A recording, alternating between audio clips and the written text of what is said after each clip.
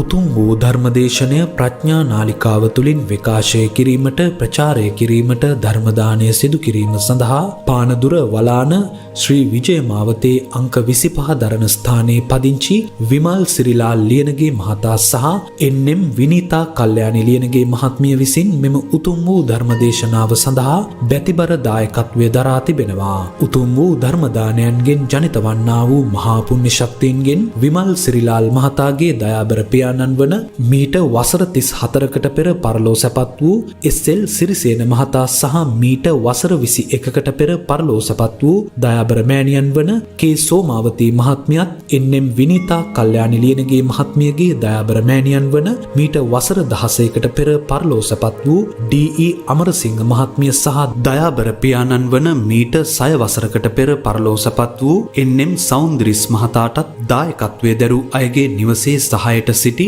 මීට වසර 11කට පෙර මියගිය සිරිලාල් මහතාගේ කුඩම්මා වන ජී.ඩබ්ලිව්. මල්ලිකාද සිල්වා මෙනවියටත් මේ උතුම් පුණ්‍ය කුසලය අනුමෝදන් වේවා. භවගාමී ජීවිතය සුවපත් වේවා. ඉක්මන් භවයකදී නිර්වාණ මාර්ගය පූර්ණය වේවා. දෙපාර්ශවයේම නමින් පරලෝ සැපත් වූ සියලුම ඥාතීන් අතර පින් බලාපොරොත්තු වෙන අය වෙත්නම් ඔවුන් මේ පින් අනුමෝදන් වෙත්වා. මේ ධර්ම දානමය පුණ්‍යානුභාවයෙන් දෙපාර්ශවයේම සුජීවත්ව සිටින සියලුම සහෝදර සහෝදරයන් සහ සියලුම ඥාතීන්ට නිදුක් නිරෝගී සුවපත් භාවය සහ චිරජීවනය සැලසේවා. නිර්වාණගාමී මාර්ගයට පිවිසීමට ශක්තිය ධෛර්යය ලැබේවා. ලෝකවාසී සියලුම සත්වයාට නිදුක් නිරෝගී සුවපත් භාවය ලැබේවා. ගෞරවනීය දේශකයාණන් වහන්සේට නිදුක් නිරෝගී සුවපත් භාවය ලැබේවා. මේ භවය තුලදීම නිර්වාණය සාක්ෂාත් කර ගැනීම පිණිස මේ උතුම් පුණ්‍ය කර්මය හේතු වාසනා වේවා. කොරෝනා රෝගයෙන් පීඩා විඳින ලංකාවාසී ලෝකවාසී සියලුම දෙනාට ඉක්මන් සුවපත් භාවය ලැබීමටත් කොරෝනා ව්‍යසනය මුළු ලොවින්ම තුරන් වීමටත් මේ උතුම් ධර්මදේශනාමය ධර්මදානමය පුණ්‍ය කුසලය හේතු වේවා කියා බලාපොරොත්තු වෙනවා. එසේම වේවා කියා ආශිර්වාද කරනවා. නමෝ තස්ස භගවතෝ අරහතෝ සම්මා සම්බුද්දස්ස. නමෝ තස්ස භගවතෝ අරහතෝ සම්මා සම්බුද්දස්ස. නමෝ තස්ස භගවතෝ අරහතෝ සම්මා සම්බුද්දස්ස. යෝචේ වස්ස සතං ජීවේ අපස්සං උදයව්‍යයං ඒකාහං ජීවිතං සෙය්‍යෝ පස්සතෝ උදයව්‍යයං තී. ධර්මානුශාසනාහි සදහැවර අනුග්‍රහක දායකත්වය දරන්නා වූ භවතුනි, සෙස් ධර්මශ්‍රවණය කරන්නා වූ පින්වතුනි, අනුග්‍රහක භවතුන් සතර සතිපට්ඨානය, චතුරාර්ය සත්‍ය හා ත්‍රිලක්ෂණය පංචස්කන්ධය සමග ගලපා ගන්නේ කෙසේද යන්න පිළිබඳ පැහැදිලි කිරීමක් කරන්න කියලා මාතෘකාවක් දීලා තියෙනවා. මේකට අදාළ එකක් නිසා තමයි අර ගාථාව මම මාතෘකා පාඨය වශයෙන් ගත්තේ. නැත්නම් මේ ගාථාව තුල කරපු ධර්මදේශනා මෙම මාධ්‍ය තුලම තියෙන්න පුළුවන්. ඒවා ඒ දේශනාව කරන්න නෙවෙයි මම මේ අරන් තියෙන්නේ. නමුත් මේකේ තිබෙනවා හදාගන්න දෙයක්. මේ කියන පැහැදිලි කිරීමේ පැහැදිලි කිරීමක් එන්නේ නැහැ. ඒ නිසා මේක මම සකස් කරන්නම් මෙහෙම. පංච උපාදානස්කන්ධයෙන් මිදී පංචස්කන්ධය බවට පත් කිරීම සඳහා, පරගැනීම සඳහා, ඒවත් දුකින් මිදීම සඳහා පංචස්කන්ධය තුළ ත්‍රිලක්ෂණය දකින්නේ කෙසේද? චතුස්සත්‍ය දකින්නේ කෙසේද? නැත්නම් සතර සතිපට්ඨානයේ සඳහන් මාර්ග 7කින් 8කින් එකකින් මෙය දකින්නේ කෙසේද කියලා අන්න එහෙමයි ගලපන්න වෙන්නේ. සතර සතිපට්ඨානයේ කායානුව, වේදනාව, චිත්තානුව කියලා තුනකට ගත්තාම ධම්මානුපස්සනාවේ තව පහක් වෙනම තියෙනවා. නීවරණ බැලුවත් හරි, ආයතනානුව බැලුවත් හරි, උපාදානානුව බැලුවත් හරි, බොජ්ජංගානුව බැලුවත් හරි. එතකොට ඒ ධම්මානුපස්සනාව කියන්නේ එකක් නෙවෙයිනේ. එක්කෝකෙන් හරි එකකින් මේ දේ බලන්නයි ඕන. මේ සේරම පාඩම් කරගන්න හෝ සේරම අනුගමනය කරන්න ඕන නෑ. එකක් අනුගමනය කරනකොට අදාළ දේ සිද්ධ වෙනවා. තථාගත බුදුපියාණන් වහන්සේ ලෝකයට ධර්මදේශනා කිරීමේදී ඒ අනුගමනය කරන්න ඕන පිළිවෙත එදා තිබුණ වචන හෝ ඔවුන් අනුන් භාවිතා කළා වූ වචන පේලි හෝ ආශ්‍රයෙන් පැහැදිලි කිරීමක් කරලා තිබෙන්නේ. මා දකින විශේෂත්වය තමයි සෙසු ආගම් එදා සමාජයේ තිබුණ හෝ අද. ජීවිතයේ පංචස්කන්ධය තුළ විවරණය කරන්නේ නැහැ. රූපාවචර අරූපාවචර ධානය ලැබූ අය පවා සිත බලෙන් සංසිඳවාගෙන කෙලෙස් සංසිඳවාගෙන ලබාගත් සමාධියක් තුළ ඒක ආත්ම කොටගත් ඇරුණහම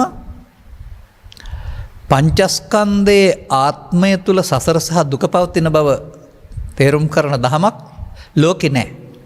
බුදු සමය ඇරුණහම දුකින් මිදෙන්න නම් පංචස්කන්ධයේ ආත්මය කියන මේ මුලාව දෘෂ්ටිය අතහැරලා අනාත්ම දර්ශනය ගන්න ඕන කියන එක ජීවත් වෙන මිනිස්සුන්ට බුදුරජාණන් වහන්සේ කර දෙන දායාදයයි නැත්නම් මගයි නැත්නම් අනුගමනීය ප්‍රතිපදාවයි. ඒක අපි තේරුම් ගත්තේ නැත්නම් අපිත් අයිති වෙන්නේ ආයෙත් උන්වහන්සේ වදාළ පරිදි නම් සාස්වතවාදයට නැත්නම් උච්ඡේදවාදයට. ඒ වචන දෙක ඒ තේරුම දන්නේ නැති වුණාට ඔබ එක්කෝ පව්පින් කියලා දෙකක් නැහැ. මරුණාම උපදින්නේ නැහැ. මෙතනින් ඉවරයි කියලා අහුවෙයි. පින් පව් ඒවා මොකක් එහෙම જાතියක් නැහැ කියලා. තව කොටසක් කියයි මිනිස්සුත් ඉන්නවා, අපායත් ඉන්නවා, දිව්‍ය ලෝකෙත් ඉන්නවා, බ්‍රහ්ම ලෝකෙත් යනවා. එතකොට ඒක සාස්වතවාදේ. තථාගතයන් වහන්සේ මේ දෙකට මැදින් එලි කළේ හේතුඵලවාදය. හේතුන්ගේ ඵලමේ සියල්ල. අපාය හරි දිව්‍ය ලෝකේ හරි බ්‍රහ්ම ලෝකේ හරි මේවා හේතුන්ගේ ඵල. ඒ හේතු නැත්නම් ඔය ඵල නෙවෙයි හම්බ වෙන්නේ. ඊට වඩා විශිෂ්ට ගණේ ඵලයක්. ඉතින් ඒ නිසා ලබාගත් ජීවිතය තුළ වටිනාම ඒකකය මම දකින්නේ පංචස්කන්ධය. තේරුම් ගත යුතු වටිනාම ඒකකය පංචස්කන්ධය. බලන්න මම මෙහෙම කියන්නම්. සූත්‍ර දේශනා දෙකකින් අරගෙන මේක කියන්නම්කෝ. දැන් සීල සූත්‍රය අරන් බලන්න. මොකද්ද කියන්නේ? ඉමේ පංච උපාදානස්කන්ධේ අනිච්චතෝ දුක්ඛතෝ අනත්තතෝ යෝනිසෝ මනසිකරන්තෝ. සෝවාන් සකෘදාගාමී අනාගාමී රහත් වෙන්නම පංච උපාදානස්කන්ධේ අනිදුක්ඛානාත්ම. එතකොට පංච උපාදානස්කන්ධය තුල අනිදුක්ඛානාත්මනේ අර තියෙන්නේ. චතුස්සත්‍ය විස්ග්‍රහ අරන් බලන්න. මොකද්ද දුක? ඔක්කොම ටික එකතු කරගත්තාම සංකිට්ඨේන පංච උපාදානස්කන්ධා. උපාදානයට හේතුව තණ්හාව.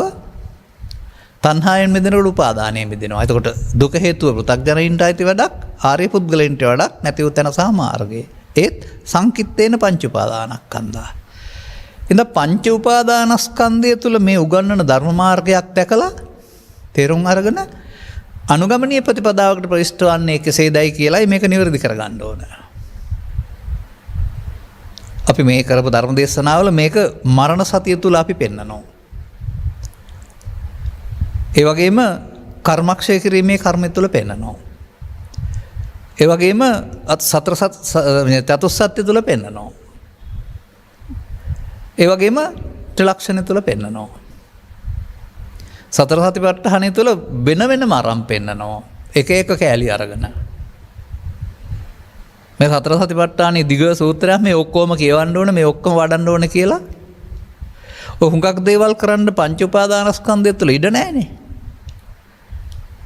මොහතකින් හටගෙන නැසෙනවා. ඒ හටගෙන නැසෙන කාලය තුල ඔබට වැඩ දෙකයි කරන්න තියෙන්නේ. එකක් ප්‍රමාද වෙන්න පුළුවන්, අනික එක අප්‍රමාද වෙන්න පුළුවන්.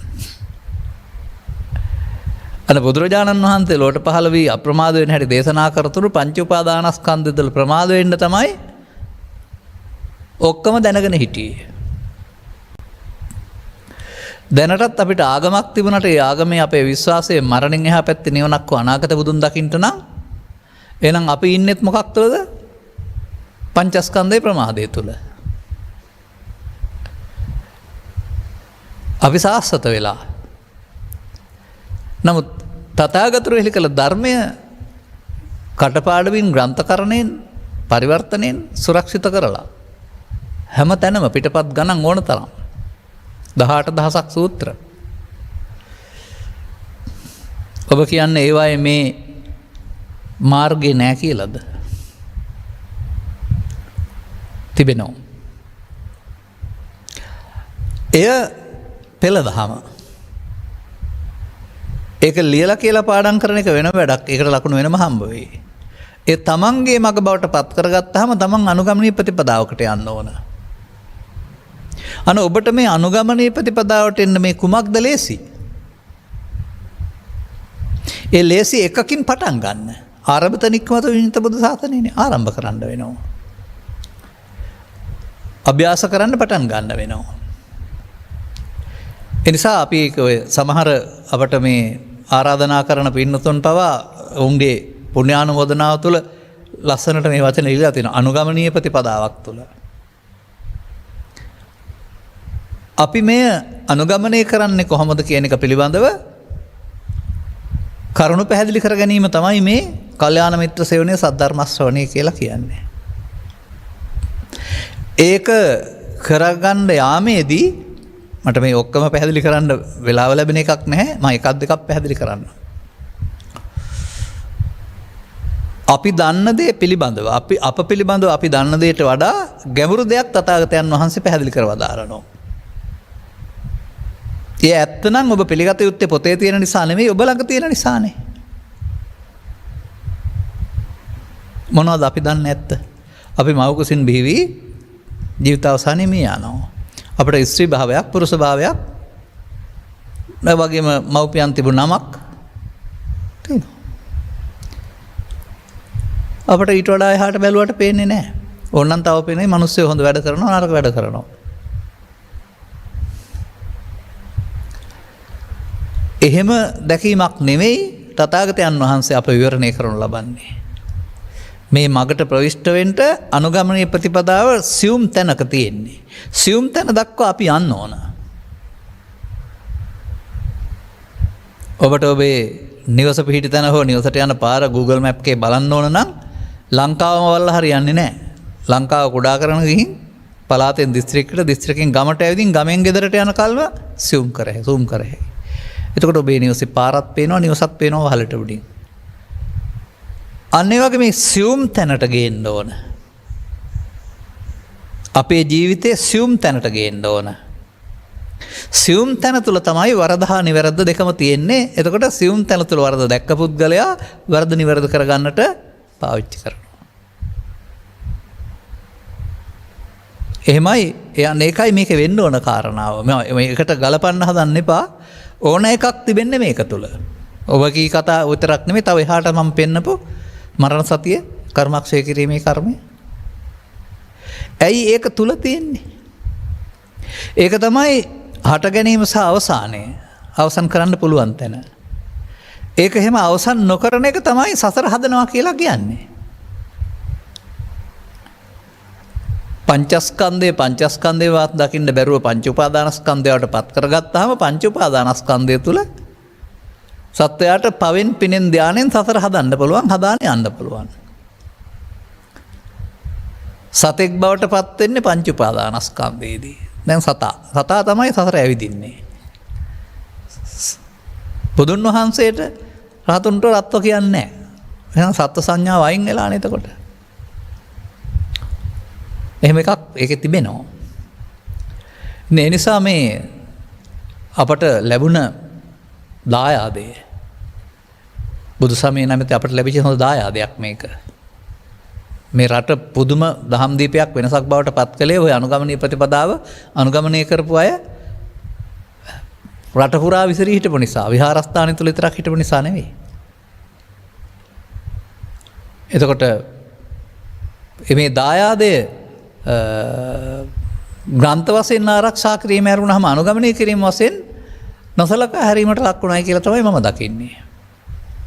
පවතින ඉතිහාස කතා අදහස් සුදහස් පින්වාක්‍ය තුළ අපි දකින්නේ ඒකයි. ඒ නිසා අපට අද මෙතෙන්ට එන්න හරි අමාරුයි.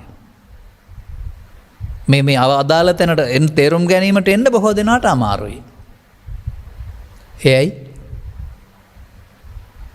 අපි බනහනවා කියලා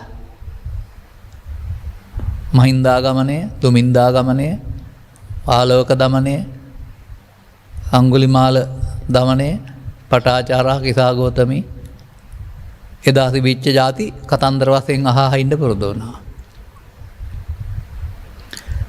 බණ කතා සාහිත්‍යයකට මේ රට කලක් තිස්සේ වැටිලා තිබුණා.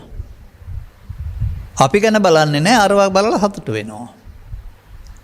තව පියවරක් වශයෙන් ගත්තහම ඕවෙන් නාට්‍ය හදලා බලන්නත් පුරුදු වෙනා ඉන්නවා දමනය. මේකෙන් කෙරුණේ මොකද්ද? ඔබ බාහිර ලෝකෙ විඳින කාමයේ විඳින්න ධර්මයක් යොදාගත්තා. අන්තිමට ධර්මයක් කාමයේ විඳින එකක් බවට පත් වුණා. ඔබේ සිත සතුටු කරන්න ඒක ඔබ උට ඕන පැත්තට හරවා ගත්තා.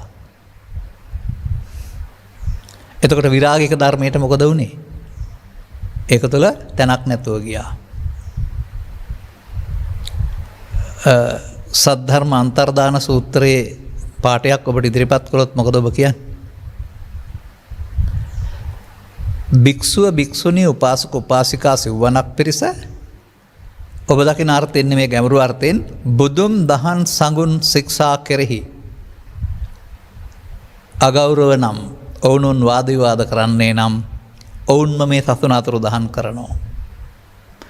ඔවුන් භික්ෂු භික්ෂුණී උපාසක උපාසිකා සිව්වනක් පිරිස මේ තෙරුවන් කෙරෙහි ගෞරවයෙන්, ශික්ෂා කෙරෙහි ගෞරවයෙන් ඔවුනොවුන් සංඝ සාමග්ගයෙන් එහෙනම් එතකොට ශාසනය ආරක්ෂා වෙනවා. ඒ නිසා මම බොහොම බැගෑපත්ව ඉල්ලීමක් කරන්නේ ශාසනය දෙවියන්ට බාර දෙන්න එපා, රකින්න. අපි මේක රකින්න ඕන අපි ධර්මයේ අරගෙන ධර්මයේ හැසිරීමෙන් කියන එක අපිට ඒක තමයි මේක බාර දීලා තියෙන්නේ. අපි ඒ යුතුයකම ඉටු කරගන්න හැටි වගකීමක් වශයෙන් ලෝකෙට අයිති දහමක්. ඔය ලෝකෝරුමයක් කරන්න යන ත්‍රිපිටකය යන්නේ වගේ බුදුවරු එලි කළා වූ මේ සත්‍ය ලෝකෙට අයිති දහමක්. අපේ කරගන්න අයිතියක් නැහැ අපට. නමුත් ඒක ලෝකෙට ඕන වුණාට ලෝකෙට යන්නේ නැහැ. ඒක අනුගමනය කරන කියලා පෙන්වන මිනිස්සුන්ගේ සාම්පලේ දිහා බලපුවම ලෝකේ. ඔබට තේරෙනවද මම කියන දේ? යම් කිසි දෙයක් විදේශයකට ගෙන්න ගන්න ඕන නම් පළමුව සාම්පල් පරීක්ෂාව කරනවා. අපිත් එහෙම අපට ඕන දේවල් සාම්පල් පරීක්ෂා කරනවා. එක සාම්පලයක් බලපුවම ගේන જાතිය ලක්ෂයක් හරි දසලක්ෂ හරි තිබුණාට මේ සාම්පලයේ ස්වභාවයෙන් අර ඔක්කොම අඳුර ගන්න පුළුවන්. තථාගතවරු ලෝකට දේශනා කළා වූ ධර්මයේ හැසිරෙන අයගේ සාම්පලය ලෝකෙට පේන්නේ කොහොමද? ඔය කියන නිවන සැනසුන මිනිස්සුද පේන්නේ? සීදීන අසා ගැනීමෙන් පසු කාලයක ලංකාව පළවෙනි තැනට එන දැන් නම් අඩුයි වෙන්න ඇති. එහෙමත් නැත්නම් ගබ්සා කිරීම අසින් ගත් කළ උපදිනවට වඩා වැඩි ප්‍රමාණයක් මව කුසු තුළ මරනවා. රජයේ වෙන් කරන ව්‍යාපෘතියක 45% හොරකම් කරලා 55කින් වැඩ ගන්නවා. පිරිමින්ගෙන් 80ක් මත්පැන් පානය කරනවා. මේ බෞද්ධ සාම්පලේ. එතකොට ලෝකයා මේක දිහා බලලා ආපෝ අවුරුදු 2500ක් සිසේ හැඩ ගහිලත් ඔතෙර නම් හැදිලා තියෙන්නේ අපට ওই බුද්ධ ධර්ම එපා කියලා කියයි. මේ සාම්පලය හොඳ වෙන්න ඕනනේ ධර්මය අනුව හැදිලා. එතකොට ඇතුළට මිනිස්සුන්ට පෙවුන්නේ නැති වුණාට මේ නිවුන මිනිස්සුන්ගේ ස්වභාවය මේ ක්‍රියාකලාපෙන් පේනවා. ඔය දැන් ඉන්න මිනිස්සුන්ගේ ක්‍රියාකලාපයත් පේනවා. බේට් උඩින් පනින හැටි, පුට්ටු උඩින් පනින හැටි, ගහ ගන්න හැටි, මරා ගන්න යන හැටි, එළවලු පොළවේ ගහන හැටි වෙන්නේ. ඔවුන් යම් කිසි ප්‍රශ්නයකදී ප්‍රශ්නේ අටලෝ දහමේ කම්පා වෙන හැටි හොඳට පේනවා. අපට නම් පේනවා. ලෝකෙටත් පේනවා ඇති. එහෙම බැලුවම මේව දහමක් නැති නමුත් නීතිය රජ කරන රටවල් මීට වඩා සාමකාමීව ඉන්නවා මිනිස්සු. මොකද අපි මෙතන වචනේ පොඩි වෙනසක් කරගෙන තියෙන නිසා. අපි වචනෙන් බුද්ධං සරණං ගච්ඡාමි ධම්මං සරණං ගච්ඡාමි සංඝං සරණං ගච්ඡාමි කීවට ක්‍රියාවෙන් බුද්ධං වන්දාමි ධම්මං වන්දාමි සංඝං වන්දාමි. වඳින්න විතරයි දන්නේ. වඳින එක ආමිෂ පූජාව, සරණ යන එක ප්‍රතිපත්ති පූජාව, සරණ යාමෙන් තමයි කෙලෙසුන්ගෙන් නිදහස් වෙන්න පුළුවන්කමක් තියෙන්නේ. තෙරුවන් සරණ තියෙන්නේ සතර දුකින් මිදෙන්නනේ. අනාගත බුදුරජාණන් වහන්සේගේ ශාසනයේ සතර දුකින් මිදෙන්න පෙරම් පුරන සහ පුරවන අය ඉන්නකොට අද තෙරුවන් සරණක් තියනවාද කාටවත් එතකොට?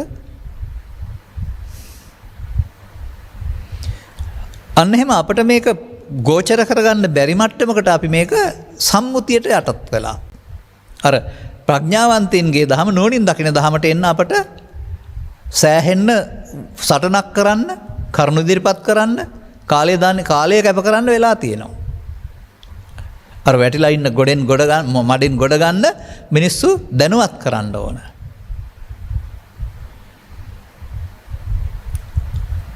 තවත් සමහරු තාමත් ජාති දරා ව්‍යාධි ශෝකම නැති නිර්වාණයකම මරණයෙන් එහා පැත්තේ තියෙන එකක් කියලා තාමත් හිතන් ඉන්නවා.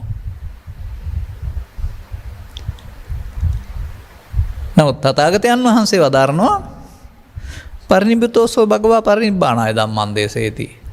භාග්‍යතුන් වහන්සේ නිවීමට පත් වෙලා ඉඳගෙන අනිත් අයට ධර්ම දේශනා කරනවා නිවෙන්න කියලා. ඒ වචනෙම ඇතිනේ ඇහෙනවා නම් ධර්ම දේශනා කළේ අවුරුදු 80න් පස්සේ නෙමෙයි 35 සිට 70 80 දක්වා.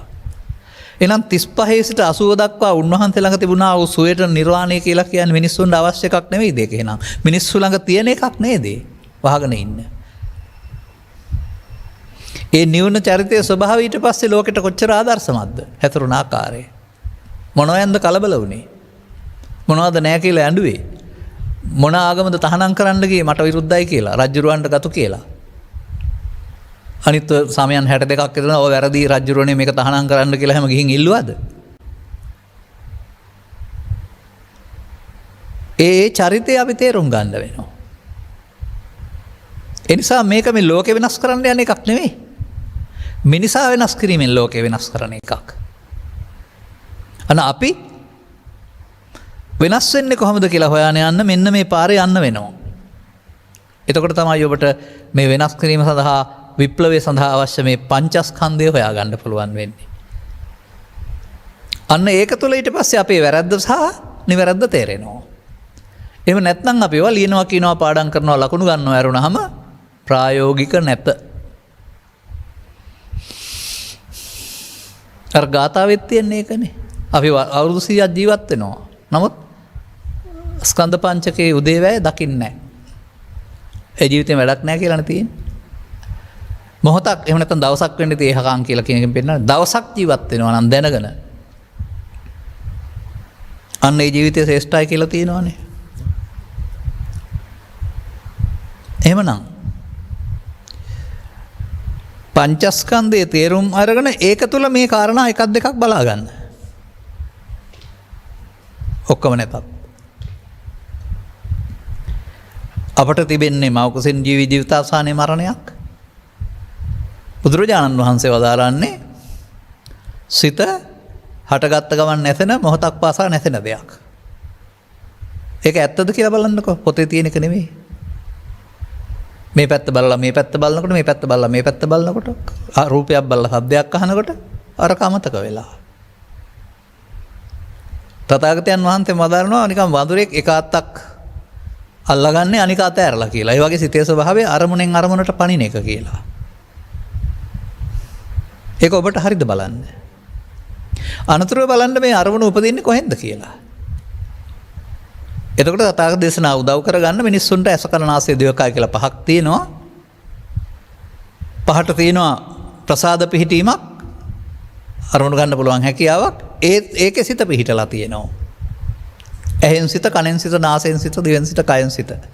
සිත තමයි මේ පස්සාකාරයක විකාශනය. මොකද ලෝකේ පස්සාකාරයක දේවල් තියෙන නිසා ස්වභාවයෙන් මේක හැදිලා තියෙනවා හැම. මේ ලෝකේ හඳුනා ගන්නමයි මේක මේ දීලා තියෙනවා. යස් පියාණන් ඉඳලා හරියන්නේ නැහැ. ඒ හඳුනා ගැනීමට සිත ක්‍රියාත්මක කරන ක්‍රියාකාරීත්වය ආර්ථික විද්‍යාවේ හරි මනෝ විද්‍යාවේ හරි වෙනත් ආගමික ග්‍රන්ථවල හරි ඔතරම් සියුම්ම ගැඹුරට විග්‍රහ කරන්නේ නැහැ. කය මුල් කොටගත් විග්‍රහයකට වඩා බුදුරජාණන් වහන්සේ සිත මුල් කොටගත් විග්‍රහයක් පැහැදිලි කරනවා. කය තුල. ඔබට ඒක පැහැදිලි වේවි.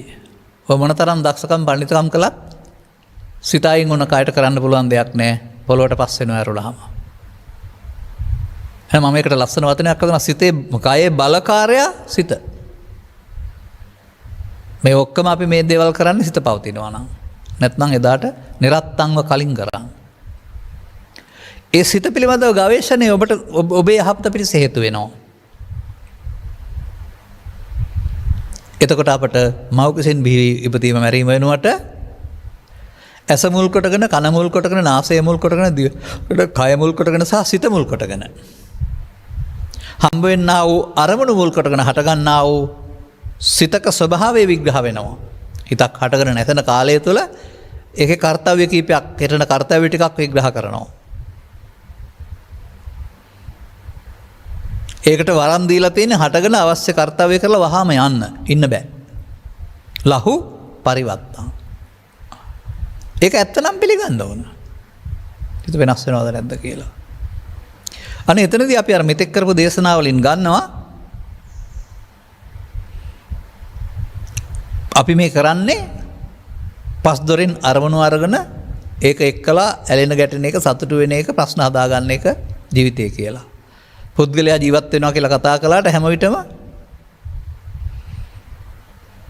මේ එක දෙයක් එක්කලා අපි ඉන්නේ. ඒක එක තැනක ඉන්නේ නැහැ. සිත හීලා නැහැ හරි මොරණ්ඩයි තැන තැන ඇවිදිනවා වගේ. ඇසෙන් මම කියන්නේ ඇසෙන් කනට කනෙන් නාසයට නාසයෙන් දිවට දිවෙන් කයට කයෙන් සිතට පිළිවෙලක් නැතුව මාරු වෙනවා. දවල්ට නම් පස් දොරේ ඇවිදිනවා විකල්පනා කරනකොට මනෝද්වාරය ඇවිදිනවා.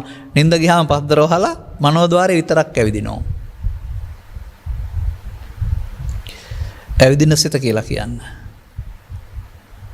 ඇවිදින සිතේ ඒකක එකක් ගත්තොත් ඒක තමයි පංචස්කන්ධ කියන වචනයෙන් පැහැදිලි කරන්නේ. ඒක දොරවල් 6ම මුල් කොටගෙන හට ගන්නවා.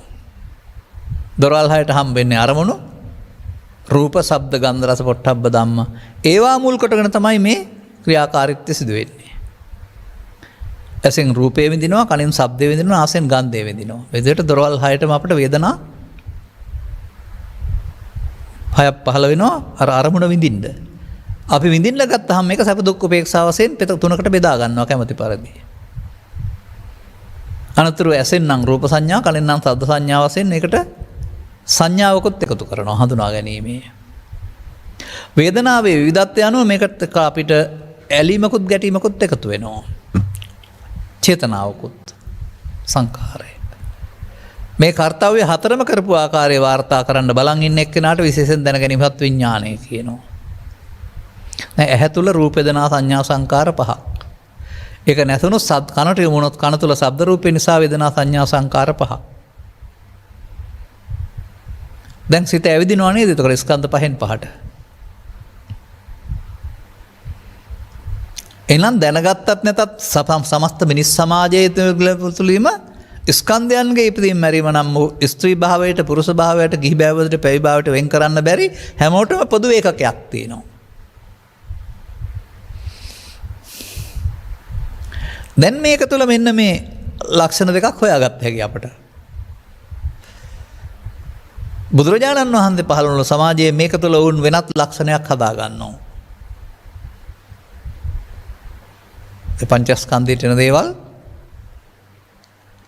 එක්කලා වුන් ඇලීමක් ගැටීමක් ඇති කරගෙන එය හටගෙන නැසුණා වුණාට අනාගතයක් හදන හේතුවක් ඉදිරි කරන එකක් බවට පත් කර ගැනීම කරන වරදක්. එහෙම තමයි සසර හැදීම ආරම්භ වෙන්නේ. නැත්නම් මේ අතීතයකුත් නැහැ අනාගතයකුත් නැහැ ස්කන්ධ පංචකයට. නමුත් අපි ආපු පැත්තක් අපට තියෙනවා කරගත්ත නිසා අනාගත පැත්තකුත් හදනවා නොපෙනෙන. දැන් මේක තුල වැරද්ද ඉගෙන ගන්න. සත්‍ය සසර ඇවිදින්නේ පව් වලින් හරි පින් වල හරි ධාන වල හරි මේක තුල වැරද්දක්. ඒ පව් සිද්ධ වෙන නිසා, පින් සිද්ධ වෙන නිසා, ධාන කුසල් සිද්ධ වෙන නිසා, හෙවත් පව් උපාදානය වෙන නිසා, පින් උපාදානය වෙන නිසා, ධාන උපාදානය වෙන නිසා. උපාදානස්සකෝ හං වච්චේ උත්පත්තිම් පඤ්ඤාපේමි. උපාදානය වුණොත් හිත තුලත් නැවත උපදිනවා, ජීවිතෙන් එහා පැත්තටත් නැවත උපදිනවා. දෙකම හරියනවා. නොඅනුපාදානස්ස. උපාදානයේ පංචස්කන්ධය තුල කරගත්ත වැරැද්ද. ඒ නිසා පංචස්කන්ධය මොකක්ද වෙන්නේ? පංච උපාදානස්කන්ධය බවට පත් කරගන්නවා. ඒ මොකක් නිසාද? හටගන්න රූප වේදනා සංඥා සංකාර පහට අගයක් එකතු කොට ඒ තුළට නැති තමන්ට අයිති වරදක් එකතු කිරීමෙන්. වරද එකතු කරනවට කියනවා ලෝභ මෝහ ද්වේෂ මෝහ වශයෙන් මේකට බැඳෙනවා කියලා. මෙන්න මේ බැඳීම නිසා තමයි මේක අවසන් වෙන්නේ නැතුව අනාගත ඵලයක් උපදවන්න හේතු ඉතුරු කරන්නේ. ඒකට තථාගතයන් වහන්සේ නමක් තිබෙනවා. ඒ මොහොතට එන දේ ඒතන් මම හේතුහං අස්මින් ඒසෝ මේ අත්තා වචනෙන් කියන්නේ අර අල්ලා ගැනීමට නමක් මගේ මම මගේ ආත්මකට ගන්නවා. ජීවිතේ නෙමෙයි පංචස්කන්ධයට එන දේ. දැන් පංචස්කන්ධේ පංච උපාදානස්කන්ධේ බවට පත් වුණාම සංකිට්ඨේන පංච උපාදානස්කන්ධා දුක්ඛාන උපාදානය කර ගැනීම තමයි පරලෝ වශයෙන් සහ මෙලෝ වශයෙන් හෙට නැවත ඉපදිලා අපට දුක් ගෙනත් දෙන්නේ. තරහ ඇවිදින් ගහ ගන්නවා බැන ගන්නවා කපා ගන්නවා කොටා ගන්නවා වලිදා ගන්නවා කියන්නේ නොසන්සුන් වෙනවා කියන්නේ තියප එක නැවත උපදිනවා. දැන් එහෙනම් සත්වයා සසර ඇවිදින්නේ පංචස්කන්ධය නিত্য සුඛාත්මකට ගත්ත නිසා. අපි දේශනා කර අපි හොයාගත්තේ පැහැදිලි කරපු සූත්‍රයක් පවතිනවා විපල්ලාස කියලා මේ සූත්‍ර පිටකවල. ඒක මේ රහස තථාගතයන් වහන්සේ මනවින් පෙන්නලා තියෙනවා. සත්තා ගච්ඡanti සංසාරෝ ජාති මරණ ගාමිනෝ. සත්වයා සසර ඇවිදින්නේ උපදිමින් මැරෙමින් අනිදුක්ඛ අනාත්ම අසුබ දේවල් නিত্য සුඛාත්ම සුභ වශයෙන් ගත්ත නිසා. අන්න පංචස්කන්ධේ පංච උපාදානස්කන්ධේ බවට පත් වෙන්නේ නিত্য සුඛාත්මකට ගන්නව වැරද්ද නිසා. වචනින් කියලා නෑ. ඒකත් එක්කලා ඇලීම ගැටීම මුලාව ඇති කර ගැනීම තුළ ඒකට ස්වාභාවිකත්වය අහිමි වෙනවා. දැන් මේක මගේ උදාහරණට අනුව ගත් කල ධම්මැලක් පුරුකක් දෙපැත්තට බැඳෙනවා වගේ. අපිට අතීතයෙන් එන්න පැත්තකුත් තියෙනවා ගැටෙනකොට. අපි හොඳ වැඩක් කරන්නම්කෝ කියලා අනාගතයට පැත්තකුත් තියෙනවා. එතකොට වෙන්වෙන්ව හටගන්න පංචස්කන්ධයකට එකක් බැඳලා දුම් දංගල් පුරුකක් බවට පත් කරනවා. ජීවිතයේ අවසානය දක්වාම මේ දංගලක් වගේ මේක බැඳී යනවා. පේන්නේ නෑනේ කාටවත්. එතකොට ඔය ඇස කලනාසය කතා කරන්න ඕනෙත් නෑ. කෝකෙන් හරි වර්තමානයට එන එකනේ ඕන. කෝක ඉපදුනත් රූපනේ. වෙනස තියෙන රූප තණ්හා, ශබ්ද තණ්හා, ගන්ධ තණ්හා, රස තණ්හා, පොට්ටබ්බ තණ්හා. ඒ අනුව. නමුත් ඔක්කොම තණ්හානේ, කාම තණ්හා. අන්න තණ්හා කියන එක ඒකේ තියෙන එකක් නෙමෙයි. පංචස්කන්ධයේ තියෙන එකක් නෙමෙයි. අපි වෙන් කරගන්න බෙදීමට අනුව එත්තේ සා තණ්හාය උප්පජ්ජමානෝ උප්පජ්ජති එත්ත නිවිසමානෝ නිවිසති පෘථග්ජනයා තුළ උපදිනවා සහ තියෙනවා විතරයි. ඇසේ තණ්හා උපදිනවා. කනේ තණ්හා උපදිනවා.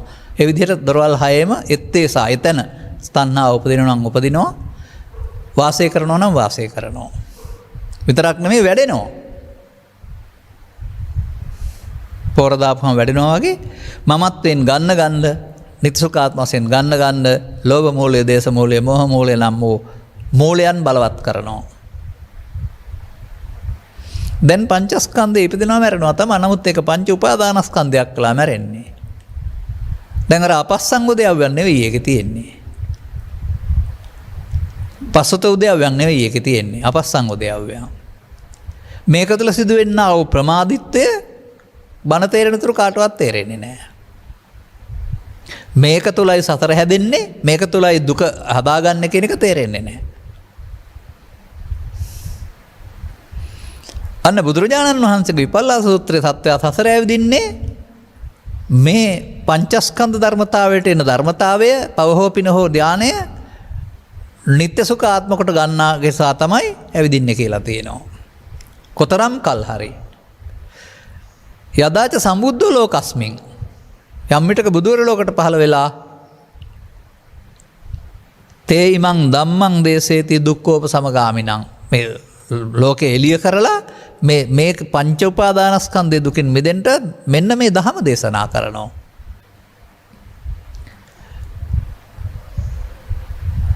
මොනවද ධහම කියලා ඒ ගාථා පෙළේ තියෙන්නේ?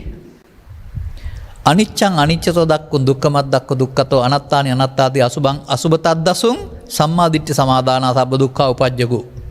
මේ සියලු දුකින් ඉක්ම යන්නට නම් අපි හදාගත්ත නිත්සුකාත්ම කියනා වූ ප්‍රෝඩාව වෙනුවට අපිට බුදුන් වහන්සේ ලිකලා වූ අනිදුක්ඛ අනාත්මය මේකේ බලන්න අපි ඉගෙන ගන්න ඕනේ. අපි එක මගේ මම මගේ ආත්ම වශයෙන් දකින තාක්කල් පංච උපාදානස්කන්ධය බවට පත් වී පව ඔස්සේ පින ඔස්සේ ධාන ඔස්සේ භව ගමන හදාගත හැක. දැන් බුදු සමයේ අනිත්‍ය දුක්ඛ අනාත්මය නැත්නම් ත්‍රිලක්ෂණය කොහෙ තියෙන එකක්ද?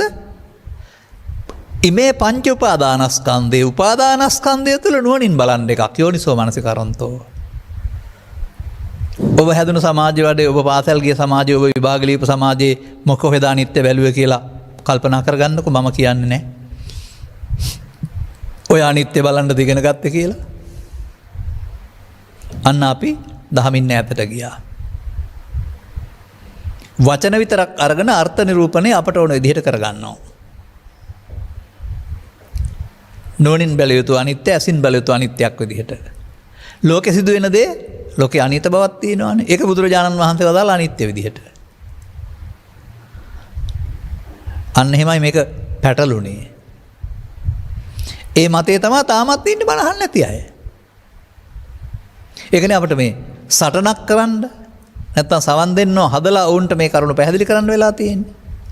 ඒ වරදෙන් මුදවා ගන්න වෙනවා.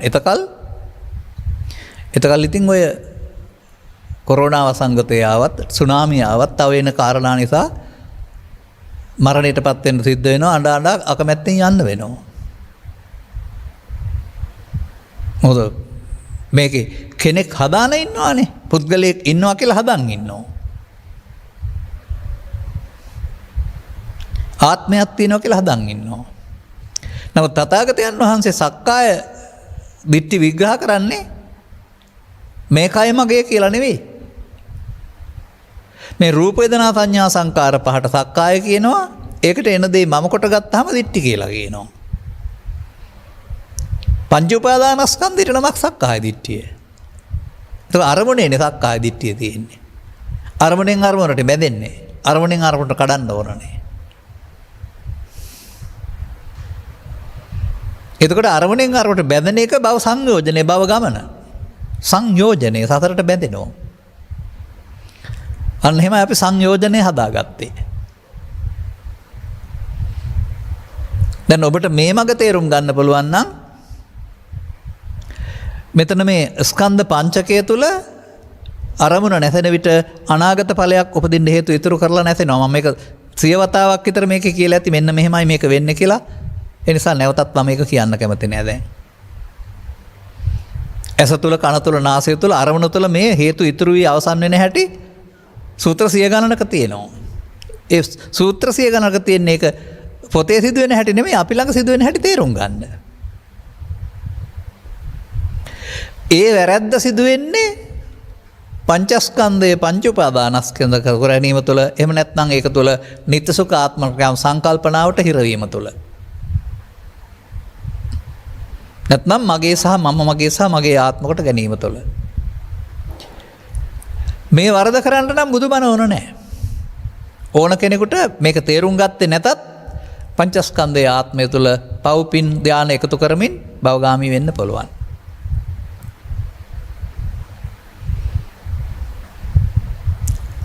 දැන් තථාගතයන් වහන්සේ සම්බුද්ධත්වයේ විස්තර කරමින් වදාරනවා මේ රූප වේදනා සංඥා සංකාර පහට එන දේවල් මගේ සහ මගේ ආත්මකට දකින්න තාක්කල් මම ලෝකෙට බුද්ධ කීවේ නැහැ. බුදු වීමම පංචස්කන්ධයේ අනාත්මයටපත් වීමවනේ. පංචස්කන්ධයේ ආත්ම දෘෂ්ටිය තුළ අපායේ දිව්‍ය ලෝකේ බ්‍රහ්ම ලෝකේ යමින් හිටපු සත්වයින්ට උන්වහන්සේ වෙනත් දෙයක් හොයාගත්තා. අරවා භව ගමන මේක භව ගමනේ නිමාව. එතකොට අතීත භව බන්ධනත් ඉවර වෙනවා අනාගත බන්ධනත් නැතුව යනවා. එතකොට ස්කන්ධ පංචකයේ දන්වැල් පුරුකක් විතරයි. ඉන් එහාට මොකුත් යන්නෙත් නැහැ අතීතෙන් එන දෙයක්වත් නැහැ. සතුටින් ජීවත් වෙන්න ඕන නම් අපි එතෙන් එන්න ඕන. එවිට මේ ලෝකේ තියෙන කාරණා අපට තර්ජනය කරන්නේ නැහැ. ඒවට ප්‍රතිචාර දක්වන්න යන්නේ නැහැ ලෝභයෙන්, ද්වේෂයෙන්, මෝහයෙන්. ඒ වුණාට ලෝකේ හඳුනා ගන්න පුළුවන් හැම දෙයක්ම හඳුනා ගන්නත් පුළුවන්. තමන්ට පැවරලා තියෙන යහපත් කාරණා ඔක්කොම කරන්නත් පුළුවන්. ඒ නිසා මෙතන බාහිර ලෝකෙ මොකක්වත් වෙනස් වෙන්නේ නැහැ. අවිද්‍යාව දුරු වීමක් විතරයි වෙන්නේ. ඒ අවිද්‍යාව දුරු වීම බොහෝ විට මානව සමාජයට බොහොම හිතවත් වෙනවා, හිතකර වෙනවා. මොකද මේ අවිද්‍යාව දුරු වීම තුළ ඔහු ළඟ ඉන්න ආත්මාර්ථකාමී යමිය යනවා.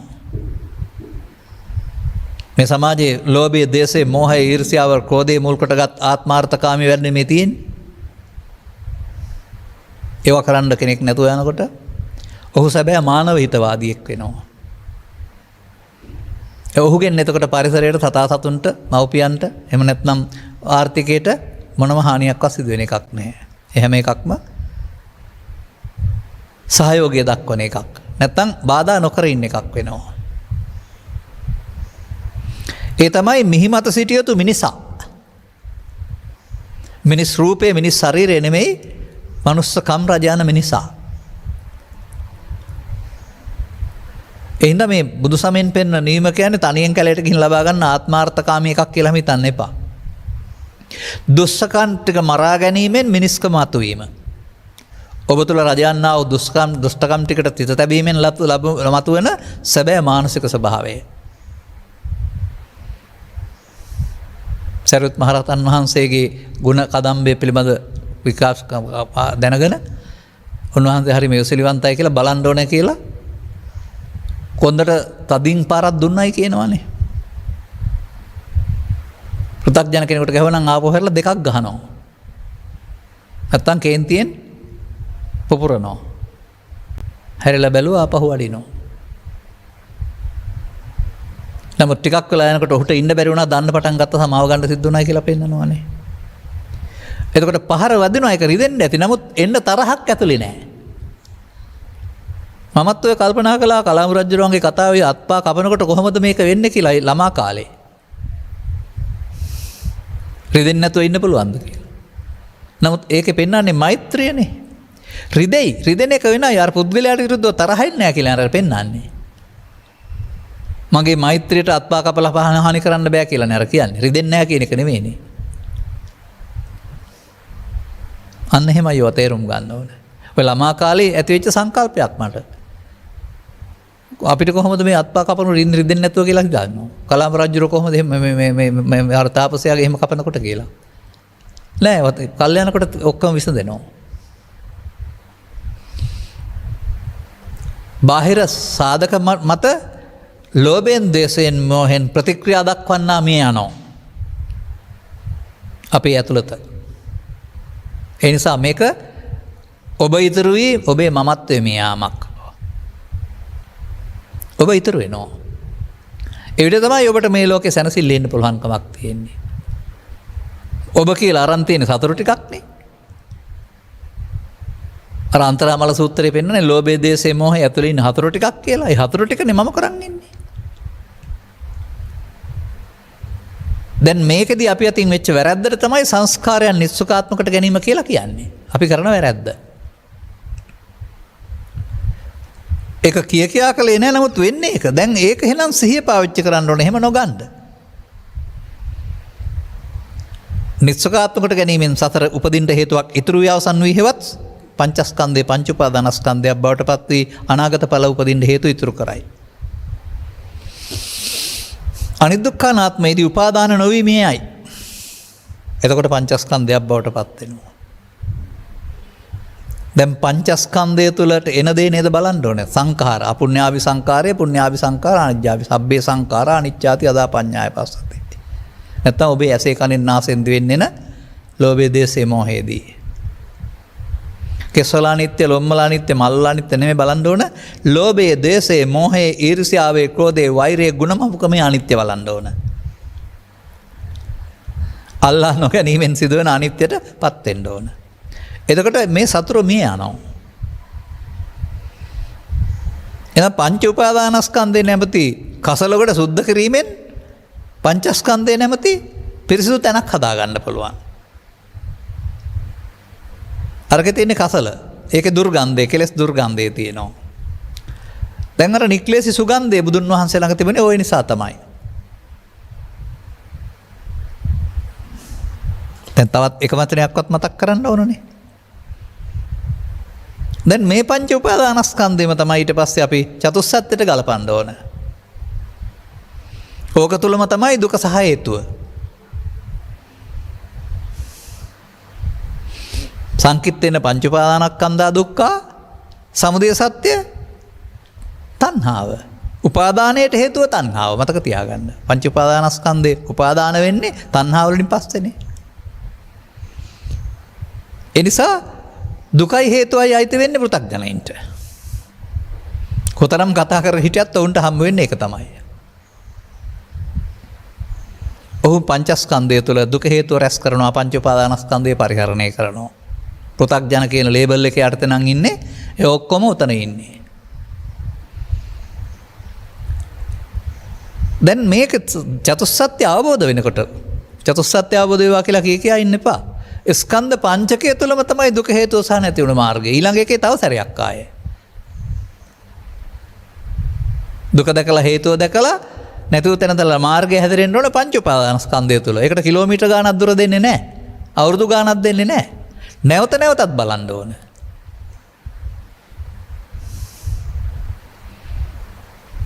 ඔබට පංචස්කන්ධයක් මමත්වෙන් ගැනීම තුළ ලෝභය, දේශය, මෝහය, ඊර්ෂ්‍යාව, ක්‍රෝධය, වෛරය, පරිගැනීමේ දුක තේරෙනවා නම් ඒ තමයි පංච උපාදානස්කන්ධයේ දුක.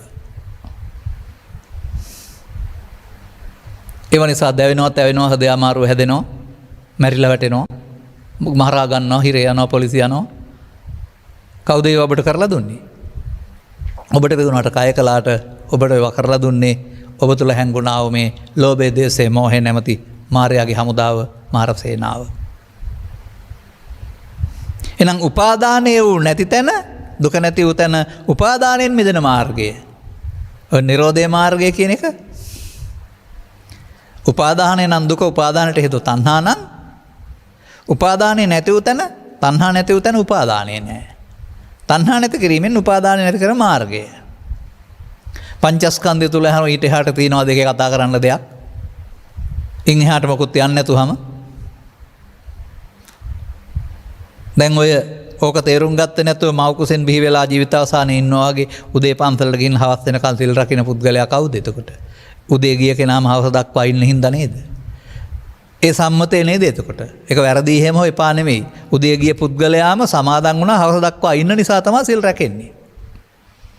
ඒකයි ඒක ස්කන්ධ පංචකය තුළ සීල සමාදයක් නෙමෙයි ශික්ෂාපද සංවරය කියලා කියන්නේ, පුද්ගල සංවරයක් කියලා මම කියන්නේ. නමුත් ඒකේ අපි ඉන්න ඕන. අපිට පනවලා තියෙනවා පංචශීලයේ තුල හරි, අටශීලයේ තුල හරි, සාමනීර සීල, උපසම්පදා සීල තුල ඉන්න කියලා. ඒ සම්මතය පිළිගැනීම. ඒ කොතන ඉඳලන් හරි පංච උපාදානස්කන්ධය අනිදුක්ඛ අනාත්මය බලන්න ඕන. එහෙම නැත්නම් දුක හේතුව නැති වූ තැන මාර්ගය ගන්න ඕන. ඒක ධර්ම මාර්ගය. අරක බාහිර සංවරය. ඉතින් අපි ඔය ධර්ම මාර්ගයට ගන්න නැතුව අර බාහිර සංවරය තුළ ඉඳමින් බෞද්ධ කියලා කීවට ඒක උප්පන්න සහතික බෞද්ධ, පාරම්පරික බෞද්ධ, පෘථග්ජන බෞද්ධ, එහෙමත් නැත්නම් බුද්ධං වන්දාමි බෞද්ධ. බුද්ධං සරණං ගච්ඡාමි බෞද්ධ නෙමෙයි. එතෙන් එන්න ඕන. මේ සමාජයේ 10%ක් 15%ක් 20%ක් හදන්න පුළුවන් නම් ඒ අය. මොකද බුදුරජාණන් වහන්සේට 100% හදන්න බැරි වුණා.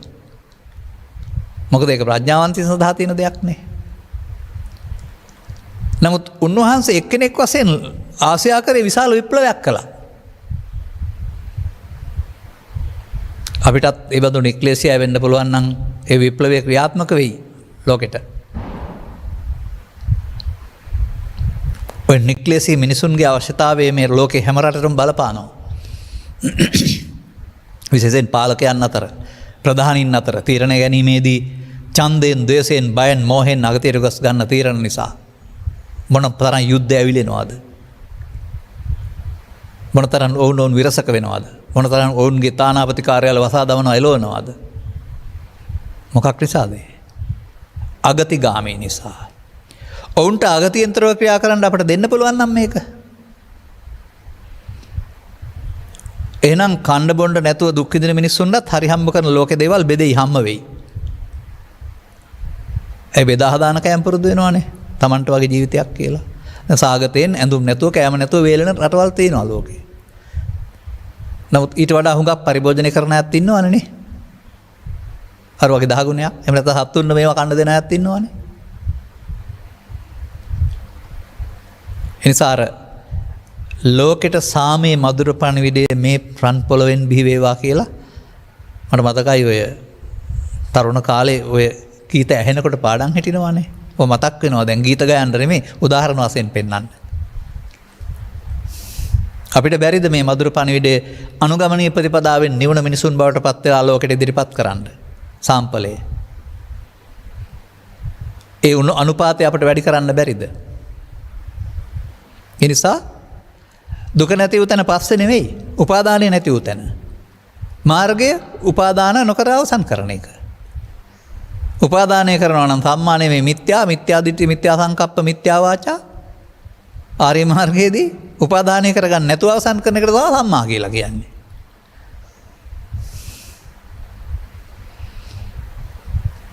එතකොට ඔබට තිබෙන්නේ මේ තේරම පාඩම් කරලා මේක ගලපලා බුද්ධිමතෙක් නැත්තම් දන්න කෙනෙක් වෙන එක නෙමෙයි. එකක් තුලින් තේරුම් අරගෙන අනුගමනය කරන එක. අනිත් සියල්ලම ඒක තුල ක්‍රියාත්මක වෙනවා. ඔබ තිලකට වඩන්නේ නම් චතුස්සත්‍ය අවබෝධ කරනු ඇත. කර්මක්ෂයන කර්මය කරනු ඇත. සතිපට්ඨානය වඩනු ඇත. බොජ්ජංග වැඩෙනු ඇත. මේ මරණ සතියත් වැඩෙනු ඇත. එහෙමයි ඒක ඇත්ත සිද්ධිය. ඒ නිසා කොතනින් හරි තේරුම් ගන්න. ස්කන්ධ පංචකය තුල කරුණු දෙකක් සිදු වෙනවා. පෘථග්ජනයා තුල අවශේෂ නිරෝධය සිදු වෙනවා. අන්න දුකට හේතු රැස් කරන හැටි පමාද විහාරී. මේක ආපහු හරවන්න ඕන අනිත් පැත්ත හරවන්න ඕන. ඒ නිසා බුදුරජාණන් වහන්සේ මේ ස්කන්ධ පංචකය සතර හදන්න නැති හේතු ඉවර කරන්න හදන හේතු ඉතුරු කරන්න නැති අවස්ථාවක් බවට පත් කරන්න අපමාද විහාරී වෙන්න කියලා කියනවා. විහාරී කියන්නේ වාසය කරන. අප්‍රමාදව වාසය කරන. එහෙම කරන්න එතෙන්ද නුවණක් ගේන්න ඕන. අර පරණ පාරේ යන්න දෙන්නේ නැතුව මේක වළක්වන්න අවශ්‍ය දැක්මක් තියෙන්න වෙනවා. මේ දැක්ම සිතුවිල්ලක් වශයෙන් දියුණු කරගෙන හරස් කපනවට මාරයට හරස් කපනවට මාර පරාජය කරන්න සතිය වඩනවායි කියලා කියනවා. සතිය කියන්නේ සිතුවිල්ලක්. 아무තු එකක් නෙවෙයි. ඕනනම් බලන්න බරුද කියලා. ඔබ S2 පියාගෙන ඉන්නවා. දැන් ඔබේ හුස්ම පාර ඉබේ යනවා එනවා. ඒක කවදාවත් අපි බලලා නැහනේ. නමුත් සිතුවිල්ල එතෙන්ට යොමු කරනවා සිතුවිල්ලට යනවා දැනෙනවා ඇතුළට යනවා. පිට වෙනවා දැනෙනවා. ඒක නේද සිතුවිල්ල. සිතුවිල්ලට නේද දැනෙන්නේ. අන්න ඒ වගේ මේ මොහොතට මේ සිතුවිල්ල ගේන්න ඕනේ. හොරෙන් යන්න බැරි වෙන්න. චිත්ත අභ්‍යන්තරයට බැසගෙන සතර හදන්න බැරි වෙන්න මායයට. ඒක වළක්වන්න මෙතෙන්ද ගේන්න වෙනවා සතිය. ඒක තමයි සිහියෙන් කටයුතු කිරීම කියලා අප්‍රමාදයෙන් නිවනට මඟ කියලා ගාතාවක් තියෙන්නේ. ඒ අප්‍රමාදය එතකොට ස්කන්ධ පහ තුළ ක්‍රියාත්මක කරන්න එකක් ජීවිතය තුළ තියෙන එකක් නෙවෙයිනේ. ඒ නිසා තථාගත බුදු පියාණන් වහන්සේ හඳුනාගත්ත මේ ඒකකය හරි වැදගත්. ඒ ඒකකය තුල තමයි අපිට දුකට බැඳීම සහ මිදීම දෙකම උගන්වන්නේ. ඒ නිසා තමයි ඒක ප්‍රඥාවන්තයින් සඳහා කියලා කියන්නේ. නුවණින් දකින්න ඕන දෙයක් කියලා පෙන්වන්නේ. ඒක මේ ලෝවේ බුදුවරු පමණක් හොයාගන්නා වූ හැමදාමත් තියෙන අබුද්ධෝත්පාදයේ යට වෙන බුදුවරු විසින් හොයාදී මිනිසාමට පිරිනමන තෑග්ගක්. මිනිස් සමාජයට පිරිනමන දායාදයක්. උන්වහන්සේගෙන් පසු පහළ වෙන මිනිස් සමාජය සඳහා පිරිනමන්නා වූ දායාදයක්. තථාගතෝ භික්ඛවේ අරහං සම්මා සම්බුද්දස්ස අනුප්පන්නස මග්ගස්ස උප්පාදේති. ඔන්න කරන වැඩේ. නෝපන් මගක් උපදනවා. ඒ දිව්‍ය ලෝක යන මගද අපාය යන මගද බ්‍රහ්ම ලෝක යන මගද ඒවා තිබුණානේ.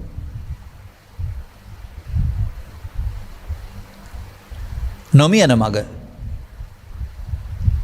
පරලෝ නොයන මග. හැමෝටම උරුම වෙන ලෝකෙත් එක්කලා ගැටුම් නැතුව ඉන්න පුළුවන් ආරම්භයක් අවසානයක් දිගක් පළලයක් වචනෙන් කියන්න බැරි නැත්තෙත් නැති. මහණෙනි නූපන් නොහටගත් හේතුවකින් හට නොගත් ඒ ඇත්තේය. 2012 විතර මගේ පොතක ලියලා ඇත්තේ මම. නූපන් නොහටගත් ඒ නැත්තේ නම් මිනිසුන්ට දුක මිදීමක් නැත්තේය. ඔය නිවනක් තියෙනවා කියලා කියන්නේ. ඒක හොයන්න හැබැයි දුකින් මිදලාම බලන්න ඕන නැතුව හම්බ වෙන්නේ නැහැ.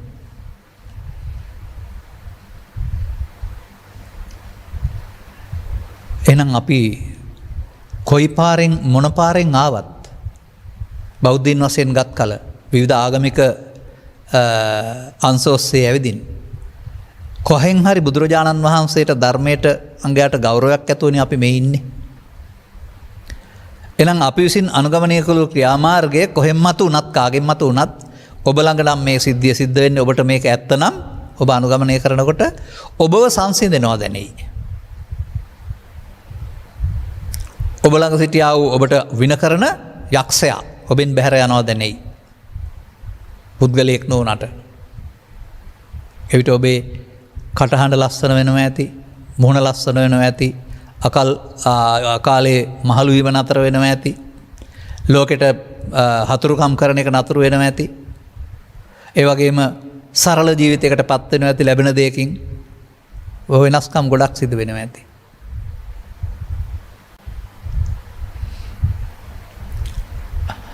එබැවින් ඔබගේ මේ මාතෘකාව මම සකස් කළා. ධම්මානුපස්සනාව විතරක් කියන්න මට පැය 5ක් දෙන්න ඕන. මොකද ඒකේ 5 කාරණා 5ක් තියෙන්නේ. ඒක මේවමයි තියෙන්නේ. 아무තෙන් මේ පොතල් කියලා නැති වුණාට ඒකේ තියෙන්නේත් මොකද්ද? නීවරණ අනුව බලන එක සහ ආයතන අනුව බලන එකයි උපාදානෝ. ඒවා මේ දැන් තියෙනවානේ මේකේ. ඒකේ නැත්තේ ත්‍රිලක්ෂණ අනුව බලන එක විතරයි. එන්න මේ ඔක්කොම පටලවා ගන්න එපා. කෝකෙන් හරි එකකින් තේරුම් ගන්න.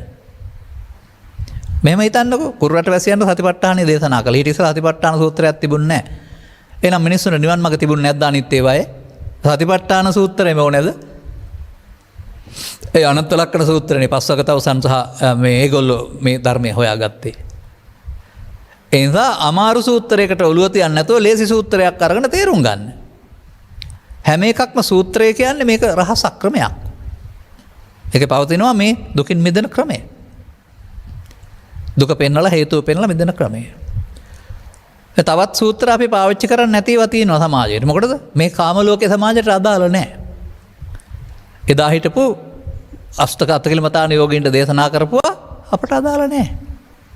අපි අපට අදාළ අපේ ලෝකෙට අදාළ ටිකක් ආශ්‍රයෙන් මම නම් කල්පනා කරන්නේ 18000ක් ඕනේ නැහැ. 200ක් විතර තිබුණා නම් ඇති කියලා. ඒක පාඩම් කරගත්ත ලෙසි ඒකෙන්ම කියන්නත් පුළුවන්. නමුත් හැම එකේ මේක තියෙන නිසා තමයි ප්‍රවේශම් කරලා තියෙන්නේ.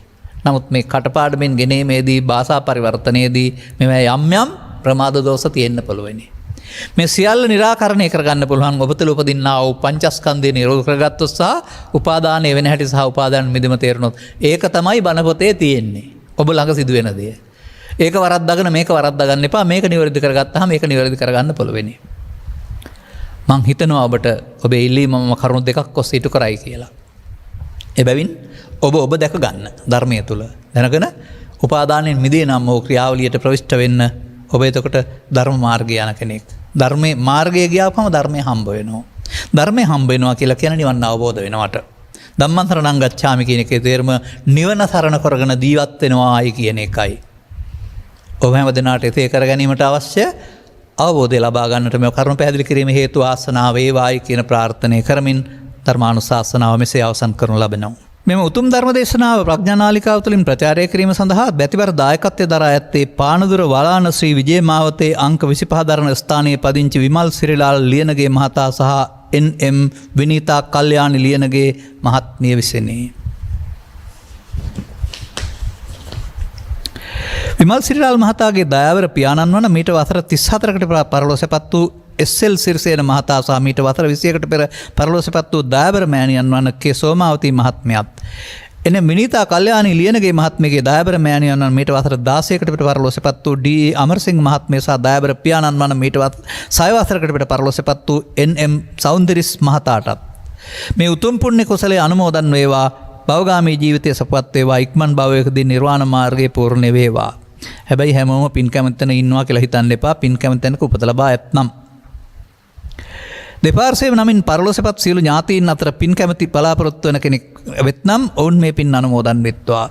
මේ ධර්ම දානමය පුණ්‍යානුභාවයෙන් දෙපාර්ශ්වයේම සුජීවත් සිටිනා වූ සියලු සහෝදර සහෝදරයන් සහ සියලුම ඥාතීන් නිදුක් නිරෝගී සුවපත් භාවයේ සහ චිරජීවනයේ ලැබේවා. නිර්වාණගාමිනී මාර්ගයට පිවිසීමට ශක්තිය ධෛර්ය සහ ප්‍රඥාව ලැබේවා.